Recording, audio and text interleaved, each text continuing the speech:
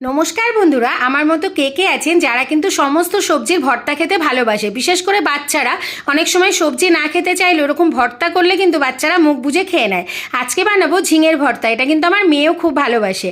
ঝিঙেটার এরকম শিরাগুলো কেটে ছোট ছোট পিস করে কেটে নেব, নিয়ে ধুয়ে একটা মিক্সিং জারে দিয়ে দেবো, দিয়ে পরিমাণ মতো ঝাল দিয়ে দেবো, যে আর যেমন ইচ্ছে। আমি দুটো কাঁচা লঙ্কা দিয়ে মিক্সিতে খুব সুন্দর পেস্ট করে নিলাম।